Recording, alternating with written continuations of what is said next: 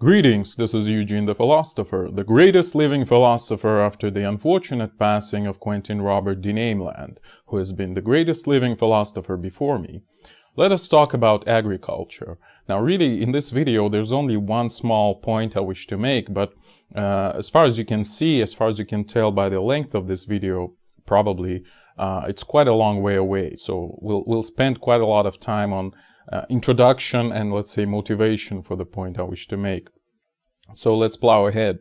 And really, the first motivation for writing an essay on which this video is based, which is like 3 years old or about so, like maybe 2.5 years old, was my discussion, or rather me talking to one American dude at one of the conferences in the US, which I have attended.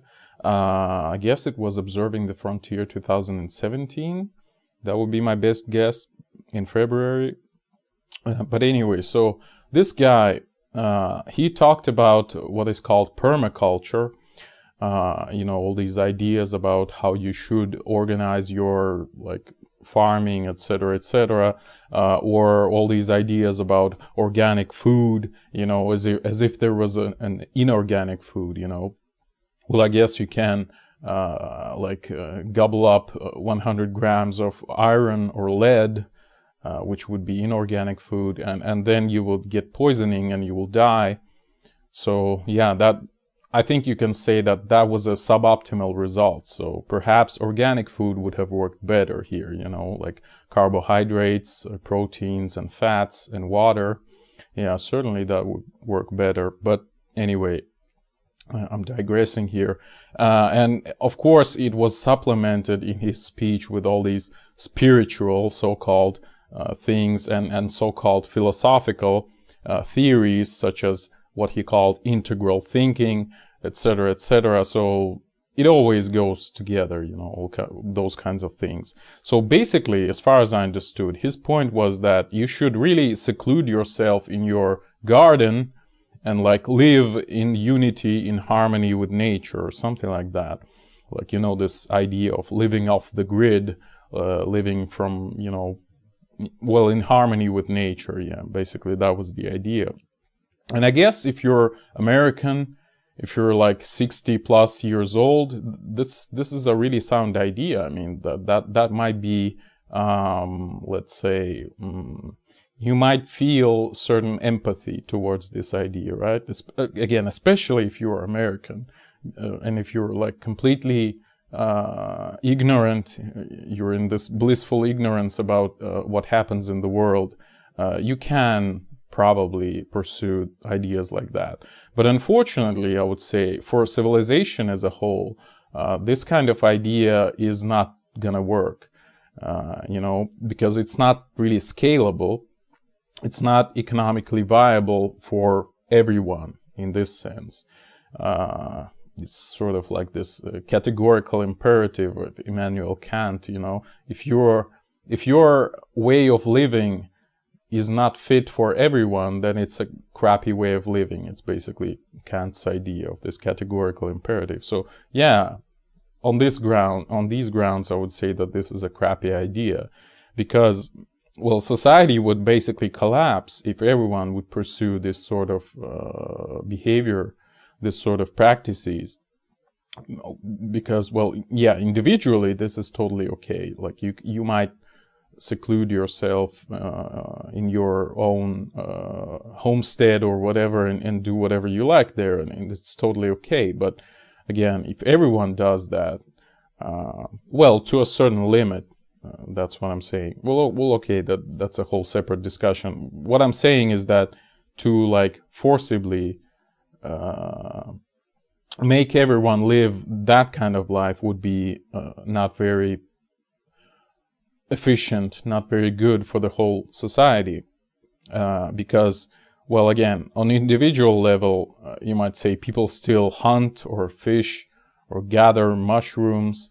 I'm not sure about the Western world, but in the post-Soviet world, it's really a big thing, like to just go and just to feel this primeval sort of thing, to just gather mushrooms in the forest or something like that. That's a big thing. But it's not a source of real wealth and resources, you know. It's not what the civilization is built on. That's what I'm saying. And it's not what sustains the civilization. What does sustain the civilization is division of labor, which basically brings more good to individuals and also more good to the whole of humanity. That would be my point. And, well, there are many ideas today which kind of counteract that, like this idea of import substitution. Like somehow if you like make the same stuff that you can buy cheaply from the imports, like again, all these trade wars with China, I mean US with China, or EU against Russia, or EU and US against China, etc. So that's all really stupid, because it all diminishes wealth,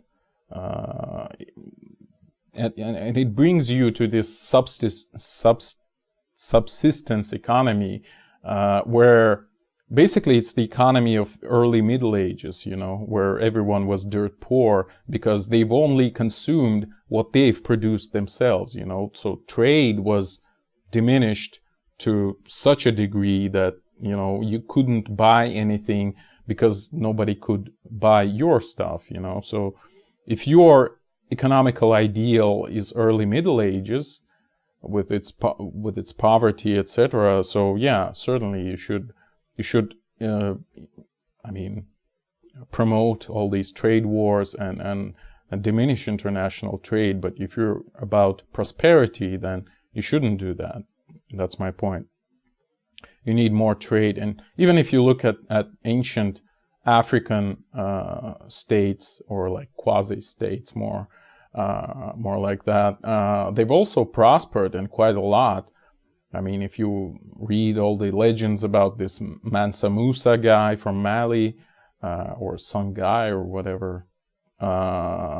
So all these African nations, they've prospered because, well, they've been promoting trade. So really Africa was all about international, you might say, trade, in modern terms.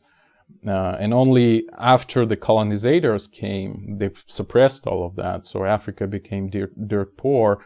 And after that, the colonization got lifted. I mean, there was decolonization, but unfortunately socialism came into Africa. So that was probably even worse than colonization. So, but still Africa kind of begins to crawl back up from this poverty today, with more and more embracing the free market. And well, I really wish them luck in this regard. So to kick out all the socialists, all the corrupt governments would be a really good idea. But anyway, I digressed really much. I'm sorry. So what I was talking about is that this is really a typical pattern what this guy demonstrated, the guy that I mentioned at the very beginning. And it's very similar. It's almost identical. It's basically the same thing, which I call repentive thinking in my video about repentive thinking. So the basic idea is that there was, supposedly, according to this mythology of repentive thinking, there was this Garden of Eden, or the Golden Age, you might say. Well, pretty much what Jean-Jacques Rousseau, the French thinker of the 18th century, so he had this idea that before the civilization came, human beings were really moral and really like in harmony with nature, etc., etc. So it was this golden age, supposedly, again, according to this mythology. And then, according to this mythology, this repentive thinking kind of mythology, evil civilization came, and it ruined the harmony between a human being and nature, etc., etc. So human beings were forced to work, they were forced to suffer, etc. So basically, it's the beginning of the Old Testament, you know. So Rousseau really didn't invent anything new. It's the same repetitive thinking. It has persisted for like thousands of years, or at least centuries, let's say. Okay, and so the point is that to get back to prosperity of this mythical golden age, we need to get back to nature again, even though the concept of nature only appeared in like 17th century, when we started to move out of nature, so to speak, when this metaphor of clocks by Thomas Hobbes appeared, etc., etc. I've mentioned that in some other video, but I don't quite remember where. But anyway, so this whole pathos of, you know, the food was better in ancient times, the health was better in ancient times, all that kind of stuff. That's what I'm talking about, and I disagree with it really seriously. Like, I think life was horrible in ancient times. Life was more or less pointless, and life was pretty short, at least on average. So modern wealth really was produced in the last few centuries, like literally 4 centuries, you might say, or maybe 5, something like that. And it was produced through an increase in division of labor, an increase in international trade, and not only international, just any kind of trade. And again, division of labor and trade, they come together. They can't exist without each other, right? Because, well, what's the point of trade? To get what you want, but what you don't have from someone else, and to give them what you have, but what they don't have, right? So you kind of specialize on something, they specialize on something else, and you exchange, right? So division of labor is this specialization, and trade is the exchange. So it's a perfect harmony in this sense. And that's what brought us to prosperity, I believe. And also this time, I mean 17th century roughly, was the beginning of the spreading of liberal and humanistic ideas, which also played a large role in this whole thing. I mean, John Locke producing liberalism basically single-handedly in the second half of the 17th century was a big thing. And so with the division of labor, with trade, with liberalism, and like more or less proto-free market ideas, the, let's say, value of a single human being, as well as the value of the whole population, increasingly increased. Forgive my tautology here, but yeah, and I should say value and power, because again, yeah, it's all about, everything is will to power. And today, a single human being has much more power than a king had in like 1400s. I think it's absolutely obvious. Like they couldn't even nearly be as powerful as any of us are today. Not in the sense of power over other human beings, but in the sense of like in absolute sense, you know, like you can do more things than any human being could possibly like a few centuries ago. And that's pretty optimistic, I would say. But anyway, I'm also digressing quite hardly. I hope to finish it at least in 1 hour, but we'll see. So yeah, the values kept rising, and the power kept rising. And I would say that agriculture also demonstrates a very similar story of very similar development, we shall say. So modern breeds of animals and modern cultivars of plants, they're really much better than those which were used in antiquity. Like, they give much more resources to us, again, thanks to civilization, which again contradicts this Rousseau/Old Testament idea of Garden of Eden, because, well, if you look at early domesticated animals, well, you can't really look at them, but if you study the question a little bit, you would find out that they were quite small and weak. Like if you read about military history, cavalry didn't even appear early on because horses were really small and weak. So the earliest examples of using horses in battles were chariots, because, well, you can have 2 horses in a chariot and they don't even have to carry you into battle. They just have to carry this, how do you say it? A chariot, right? But chariot sits on its wheels. It's not sitting on these horses. So horses just drag it forwards. And it's actually the wheels that are doing most of the work.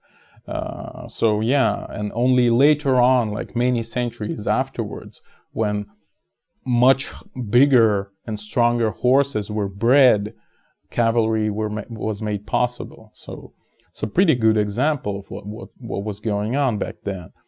And cows and pigs weren't as meaty as they are today, obviously. And wheat was low, and it didn't give as much flour as our modern wheat does, etc., etc. And apples were like small and sour. So this whole mythology, this hippie mythology of like getting back to the roots, it also means like getting back to this world where all these plants and animals are not fit for your consumption, you know. It's important to remember, I believe. So you shouldn't just throw away all the good stuff that civilization has made, and well, it created you in the first place. But anyway, so basically my point is that really the development of agriculture, the civilization, it made all those things better. It made, well, the world better for us, more fit for us.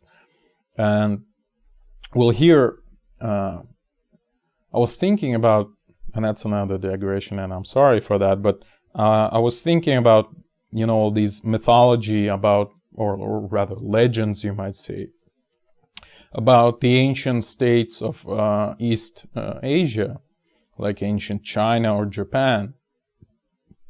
And I think this whole mythology that apparently there were cities with like millions of inhabitants, it's all rubbish. I mean, it all comes from the epoch of colonization. And I've mentioned that in my video about the Great Wall, the abduction of Europa. So I think all those myths and all this apparent history of China, etc., it all comes from, at best, 17th century, but it's more likely 19th century, and Japan also, because, well, one good piece of evidence that there were no large cities in East Asia, and probably West Asia too, I mean, as far back as Persia, let's say, is that there were no large epidemics. And if you have a large city, epidemics are inevitable. And so, since, at least as far as I'm aware, in East Asia there were no epidemics, it means there were no large cities. And that's it. It's a very simple refutation, you might say. And all this mythology about Chinese, like 5,000 years of history, it was all created in like 17th century, more or less, or later. That's my point. I'm not sure exactly. Like, you have to dig the exact sources, which is of course hard because barely anyone knows Chinese, barely anyone knows Japanese, although Japanese is probably, there's more people in the Western world who can't speak Japanese, but anyway, that's my point. So all this Japanese feudalism and Chinese feudalism, all these samurai, was really just a cargo cult of European feudalism, which Japanese have known after Europeans arrived. There's also a theory, like, for example, it's this terracotta army of Jing Xuanzi, or whatever, how you pronounce it in English, was produced by essentially Europeans, etc., etc. So, yeah, and like there's plenty of evidence that this is a cargo cult, because, well, Japanese took it like really seriously, and they've went much farther than the Europeans did in their own realm. Like all these, legends about super dedicated, super faithful samurai, etc., etc. It's a cargo cult, I would say. And I kept thinking about this movie, and I'm not sure, I don't know the proper English name for it, but it's something like A Ghost Dog and the Path of Samurai or something. So it's about the assassin basically, who is like of high moral standards, and it's interspersed with these quotes from Japanese poets, etc., or this Bushido, this samurai code, which again was probably created in like 1800s or at least 1700s. So it has nothing to do with antiquity, etc. There's a movie Ronin with Robert De Niro, which is also deals with those issues but it's like this Japanese cargo cult of European feudalism being imported back into the Western world, so it's kind of funny in this regard. This Ghost Dog movie, it's actually very reminiscent of Luc Besson, I guess, movie Léon, about with Jean Reno and Natalie Portman, about this assassin, apparently with high moral standards also. But okay, that was such an insane digression. Okay, so my point is that this idyllic view of being in harmony with nature is really a later invention. It's an invention of 18th and probably even more like 19th centuries, when industrialization already started and life wasn't already as horrible as it was before. So people started perceiving nature as this sort of mechanism, right, where people were dangerous, but nature wasn't, because it's like a clockwork, But it's a very late invention. It's a very late type of thinking. It's almost like, in some sense, post-industrial type of thinking, in the sense that it follows industrialization, or at least it is contemporary with it, but it's not any sort of traditionalism as it is. All right, so let's get closer to the topic after all. So, well, let's talk about agriculture again. So I would say that it actually seems, and I'm kind of getting closer to my point, but not quite, but I'll just throw this little point here, that it actually seems that the modern agriculture has overgrown itself in certain respects, let's say. Like you might say that, yes, modern agriculture has higher yields, like we have, we are able to edit the genome directly, or, well, I'm not a specialist in this area, but apparently some parts of the genome at least. So we can make hybrids, even those kinds of hybrids which were literally impossible previously. Like we can make hybrids out of species who cannot even, produce the next generation together. We have better fertilizers. We have satellite coverage of fields. We have automated machinery. We have all those kinds of things. And as evidence of that we're actually pretty good at agriculture, we can see that humans are actually getting bigger, and quite a lot bigger, actually, due to better nutrition. Like in Europe, people became 20 centimeters taller on average in the last 150 years. Just think about it. That's quite a lot. That's like, well, I don't know, 15% increase in just a century and a half. That's quite a lot. I mean, that's a really rapid evolution, just because our society changed that much, just because we have so much more resources. And of course, it's not only due to nutrition, you might say. It's also because, well, it's my idea at least, that It's partly due to better lighting, like we have artificial lighting, so maybe that kind of tricks our hormones or something to that effect. And it's certainly in a large part due to female preferences, because, well, females play a role of nature, essentially. And again, that's the idea of Jordan Peterson, but it's completely right, completely correct, that females act as a filter. They choose what kind of genes get transferred to the next generation. And females, again, see my video about gender, understanding gender, to see why that is the case. But this is the case. And females, I mean women, choose, absolute majority of them prefer to choose taller men. I mean, at least a little bit taller than the woman herself, right? So it already shows you where the evolution is going. So what kind of men women choose, that's what kind of people we're gonna have in the next generations, and it's pretty obvious. And so it seems like we're gonna have stronger, taller, and smarter human beings later on, and more powerful. So it's not a very bad thing, I would say. Right, so that's where evolution is going, that's what I'm saying. But all that being said, I mean, we have all kinds of improvements in agriculture.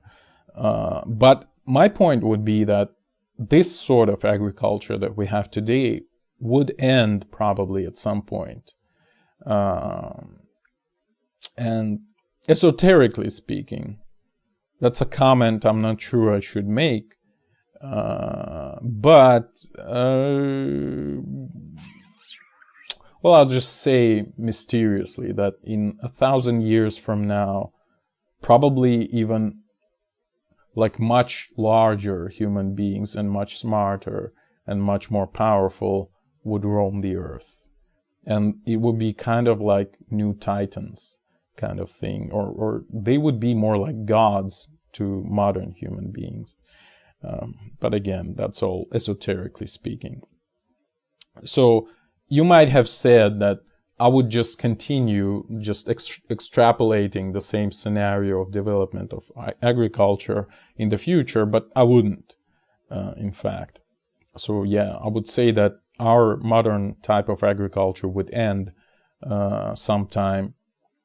And why is that? Well, first of all, I would say that we're still on this more or less Neolithic level of agriculture, principally, at least, in principle, because, well, what is Neolithic level? What you might say, or at least as the legend goes, so to speak, we've had sort of like prehistoric economy, where, well, it's what is frequently called hunter-gatherer society, you know. So people just went out there into nature, even though, again, the concept of nature appeared sometime in modernity, but let's not make life harder for ourselves. So let's just say, well, okay, nature. So people just went into nature and just took whatever it offered, so to speak. So they just hunted, they were doing fishing, they would gather roots, berries, mushrooms, and all kinds of stuff like that.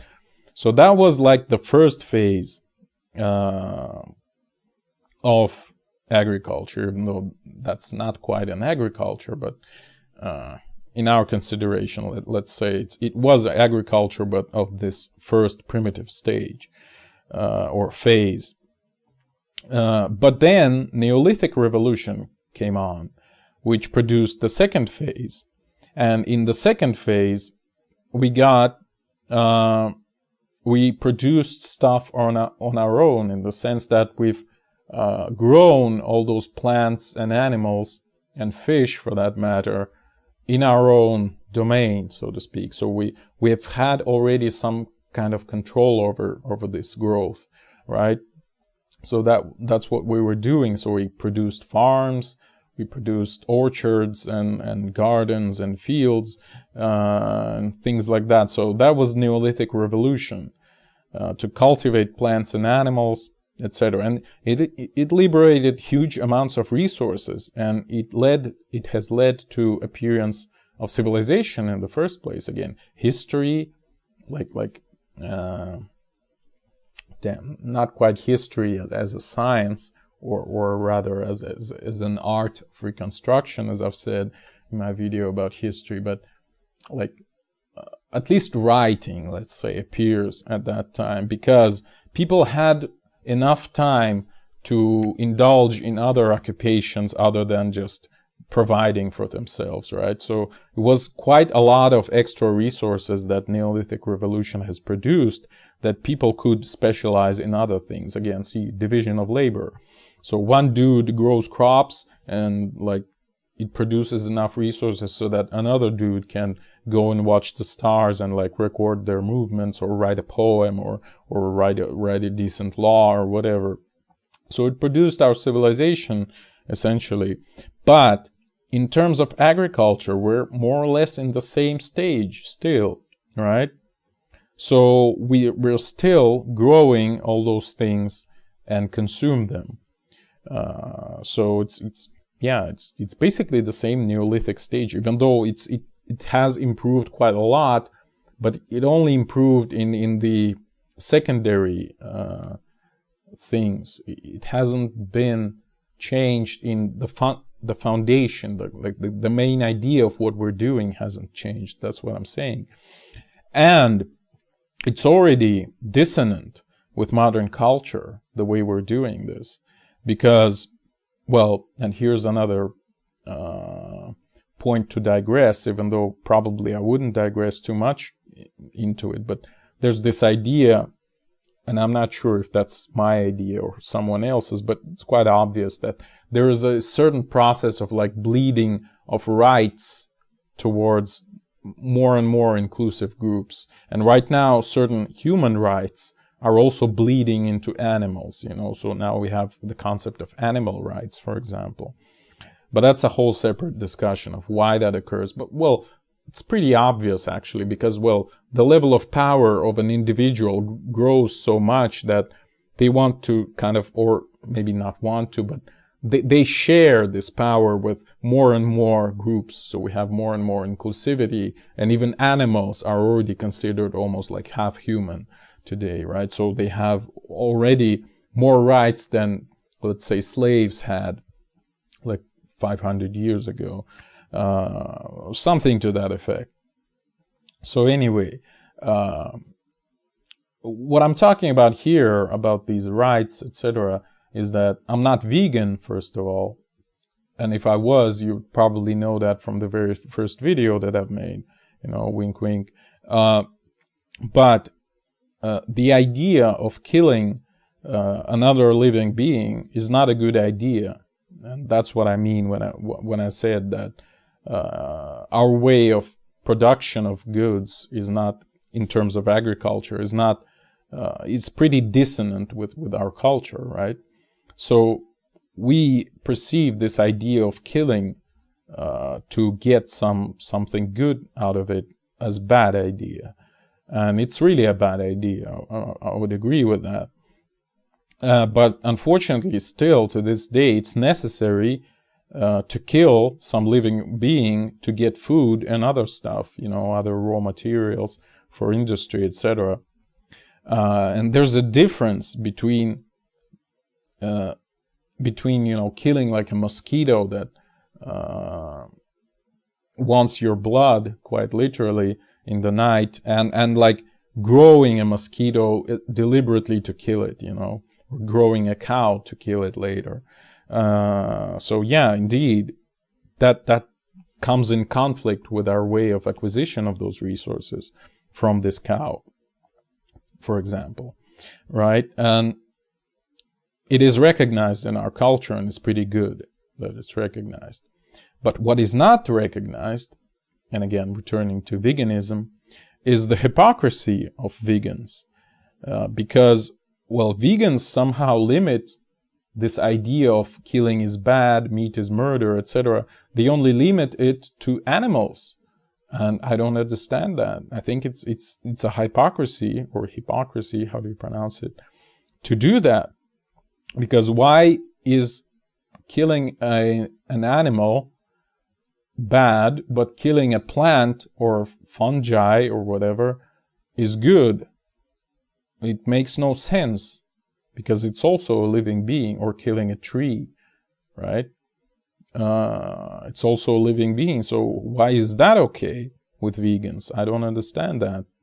It is still a murder, whatever you're doing with it. And like wooden furniture or paper, it's like body parts of a dead living being. So somehow vegans are okay with wooden furniture or paper, etc. Or like you might say, well, fur coats is bad because, well, some animal was killed to produce them, but somehow, let's say, a cotton blouse or cotton socks is okay. And nobody cares that a lot of cotton plants were killed to make them. Like, isn't that hypocritical? I think it is. Like, somehow it's okay, but why? I mean, it makes very little sense. You're literally wearing, well, I'm not sure if this is made of cotton, but people literally wear body parts of, like, you know, grinded down of dead living beings if they wear cotton clothes, for example, or if they write on paper. That's again grinded down body parts of trees. So is that a good thing? Why isn't that bothering anyone, especially vegans? Because, well, they're pro-life, especially, etc., etc. So it's really strange to me. So in terms of ecology, I would say vegans are not nature friendly as they claim to be, in ethical sense, etc., etc. They're just, you know, simply animal supremacists or animal chauvinists, you might say. So they exclude all types of living beings except animals. They're saying animals are privileged, so we're gonna cherish them and not kill them and not eat them, but we're gonna kill and eat all kinds of other living beings. And that's hypocrisy, in my opinion. That's what I'm saying. In ethical sense, it makes no sense. Again, forgive my tautology. So I guess why they center on animals, and that's sort of like a psychoanalytical statement, is that because their deaths of animals are much more dramatic, you know. So wheat, let's say, a wheat plant, it doesn't scream and doesn't bleed when it gets killed, right? So it doesn't give this nervous shakeup to vegans. So it's okay to kill wheat and make bread out of it and eat it later, or whatever, any kind of plant. Like you kill a cucumber plant or whatever, or tomato, and you eat it. Since it doesn't scream and bleed, it's okay to kill it and eat it, right? So again, my point would be that it's hypocrisy. It's literally simply a desire to evade all the negative emotions associated with murder. So it's in some sense a desire to deceive yourself, right? Since you're thinking, well, if it doesn't scream and bleed, it's okay to kill it, right? It doesn't have strain on my nerves, so I feel okay. I feel glorious and like very moral, etc. Now, of course, you might say there is a certain propaganda of veganism by the state, and it's understandable because state wants you to be weak and like not aggressive, etc., to make you easier to control. Especially it was in the 20th century, it was popular in Britain, for example, because, well, veganism is good for wartime because there's not a lot of food anyway, so it's good if you can eat just grass and shut up, etc. So yeah, there's also a downside at the same time because grass eaters are not a very good soldiers, so you have to make compromises somehow here, etc. And today, of course, with our cult of ecology, this absolutely anti-humanistic movement, we'll probably see more and more of this propaganda that you should eat grass, and we would control you, right? Our wise socialistic world government would control you. Okay, so I've probably rambled enough. So let's get finally to the point I've tried to make so far. So what's the next step? So we've had this first prehistoric step where we just took stuff out of nature, then we've grown stuff on our own after Neolithic revolution and up to today. And what's the next possible logical step after that? And I would say that this third phase, this hypothetical third phase of agriculture, would be just a direct synthesis of stuff, of all the substances we need. So firstly, at first phase, we took the substances by going out into the wild, so to speak, and taking, well, let's say a fruit, some sort of hypothetical fruit, and we've eaten the fruit, and that's how we got all the substances we need, right? Then on the second phase, after the Neolithic revolution, we've grown the same tree, let's say, with the same fruit, and we took the same fruit and took all the substances from it in that way. But on the third phase, I would claim that it's the only most logical step forward that I can see in a principal sense, in a fundamental sense, is to just synthesize these substances without any relation to this fruit whatsoever.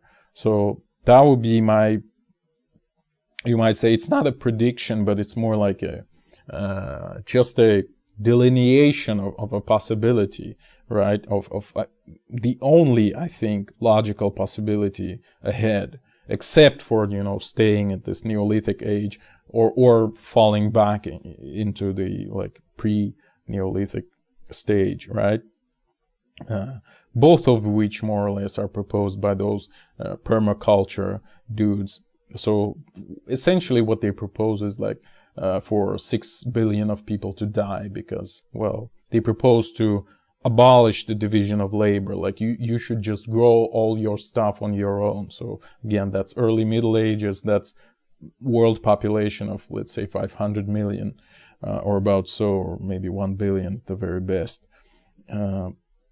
Okay, so still I would say that, yeah, synthesis of substances seems to be the only way forward. In principle sense, I repeat. We can stay on this stage as long as we can, but it's the next step that I'm talking about. So, of course, to this day, right now, it might look like a complete fantasy, but I don't think, again, that there's principally any other way forward. And of course, it was also explored in science fiction. You might think about this synthetic carbohydrates from Clifford Seamack's Ring Around the Sun novel. But yeah, I would say that this Neolithic stage is already hard to continue due to many reasons, like erratic climate, and I'm not talking about the global warming idiocy, I'm talking about just in general changes in climate. Like we know they happen, and again, global cooling might happen, global warming might happen, global drought might happen, and whatever, everything might happen, and it's gonna be harder and harder for us in this sense anyway. Whatever theory you're an adept of, let's say. And if you think about the colonization of other planets, think about how are we going to try to adapt all those animals and plants to these new conditions. Human beings are pretty easy to adapt because we're conscious, we can adapt, we know what is expected of us, we know what we need to do, etc. But all those living beings, we cannot explain to a cow that, oh, you should blah blah blah, so it's impossible. So it's going to be very hard to adapt our way of living to other planets or other celestial bodies in general, or just space in general. Like, look at cats, how they behave in 0G. It's pretty hard to watch, to be honest. Like their vestibulary apparatus, if that's even a thing in English, just goes crazy, and it's really painful to watch. Okay, so yeah, but if we would be able to synthesize all the needed substances, that would be a much better way out. Let's say from water and energy, just. So let's say we've mastered elemental transmutations, we've mastered molecular chemistry to that degree that we can just create whatever stuff we need, etc. So this is the logical next step, I would say, for agriculture, even though that's not even near agriculture as we know it today. All right. And we also have all those hardships like degradation of soils, etc., but hopefully you got the point. Okay, so if we find a way of making this process easy and making it scalable, what's very important, then definitely we would have a second Neolithic revolution or something like that. So, yeah. We would have a genuinely post-Neolithic world. And it goes really well with the idea of decentralization and the disappearance of states, centralized governments. Like, again, Neolithic revolution was the prerequisite for the appearance of states. Because, well, again, it required administration, etc., to look after the fields for irrigation and blah blah blah. And the one of the main properties of states today is territory. And why is territory important? Where, well, one of the reasons is agriculture, because, well, that's how you get resources. That's where you get resources from agriculture and whatever mines and things like that. But if you can synthesize stuff on your own, you don't need all of that. So states would collapse immediately, right? You just need a source of energy. And again, we have plenty of sources of energy. We have nuclear energy, etc. So, and there's going to be many more advances in the future. And well, okay, that's a whole separate topic. But hopefully you get the idea that decentralization really looks a logical, concurrent phenomenon with this type of revolution in agriculture. That's what I'm saying. So we might arrive at this situation where literally almost like every human being has a personal, well, it sounds utopic, of course, and sounds like science fiction, but anyway, it's possible, I believe, if any human being would have their own personal nuclear reactor, let's say, like small scale reactor, and they might produce any kind of substance they want, just like, you know, just print any sort of substance you want. Doesn't really look that far-fetched, to be honest. I think sometime we'll arrive at something like that. At least I believe so. I hope so. That would be a better way to put it. Okay, so perhaps the old way of doing things would still persist, you know, in this sense, but it would be probably just for recreational purposes, you know, or maybe for luxury, like eating a steak from a real cow, like 1,000 years later, when all the people get their nutrition from all those synthetic substances, etc. Just again, like right now, we go hunting as a way of recreational activity, right? Even though we can eat whatever meat we got from it, etc. Even though that sounds kind of dystopic, you know, synthetic food, etc. Well, if it's voluntary, if people agree to do that, I don't see any reason not to do that, you know.